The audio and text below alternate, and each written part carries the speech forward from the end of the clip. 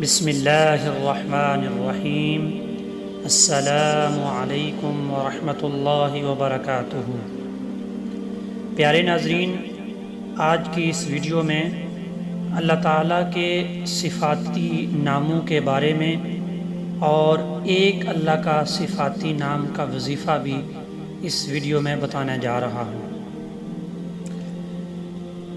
تو ناظرین، اسم اعظم یہی ہے، اس لیے کہ تمام عمدہ صفاتوں کے ساتھ ہی موصوف ہوتا ہے، جیسا کہ قرآن پاک میں ہے هو اللہ الذی، یعنی وہی اللہ ہے جس کے سوا کوئی معبود نہیں۔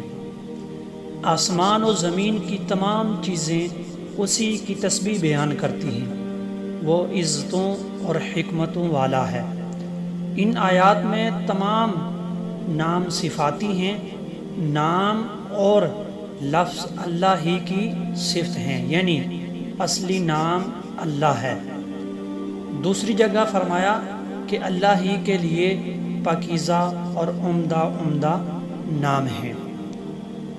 اللہ رب العزت کے صفاتی نام جو ہیں بہت زیادہ ہیں، پس تم اسی کو انہی ناموں سے پکارو۔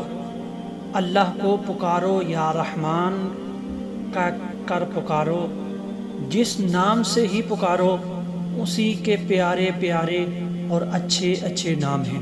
بخاری اور مسلم میں ہے، حضرت ابو ہریرہ رضی اللہ تعالی عنہ سے روایت ہے کہ رسول اللہ صلی اللہ علیہ وآلہ وسلم نے فرمایا، اللہ تعالیٰ کے 99 نام ہیں، ایک کم 100، جو انہیں یاد کر لے جنتی ہے۔ اسی طرح دوسری روایتوں میں بھی یہ ذکر کیا گیا ہے، ابن ماجہ کی اور ترمذی شریف کی، اور رازی رحمۃ اللہ علیہ نے اپنی تفسیر میں بھی بعض نام روایت کیے ہیں، اور انہوں نے فرمایا کہ اللہ تعالیٰ کے 5000 نام ہیں۔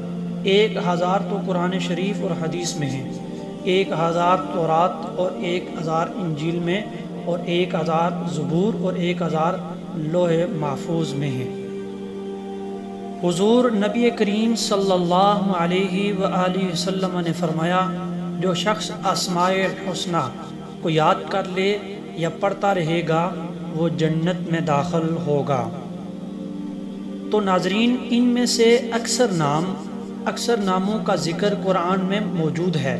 ان 99 ناموں کے علاوہ اللہ تبارک و تعالیٰ کے انگنت نام ہیں۔ ان ناموں کے ساتھ اللہ تعالیٰ سے دعائیں مانگنے کی کافی فضیلت بیان کی گئی ہے۔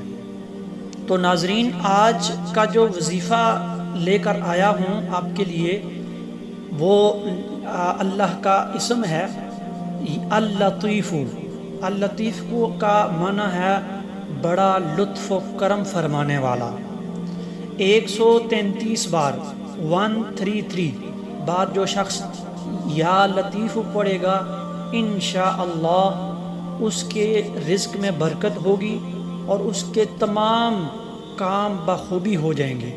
جو شخص غربت اور تنگ دستی یا کسی مصیبت میں گرفتار ہوگا، وہ وضو کر کے 2 نفل نماز ادا کرے اور دل میں مقصد رکھتے ہوئے 100 بار اگر اس اسم کو پڑھے گا، انشاءاللہ تبارک و تعالی اسے اپنے مقصد میں کامیابی ضرور عطا فرمائے گا۔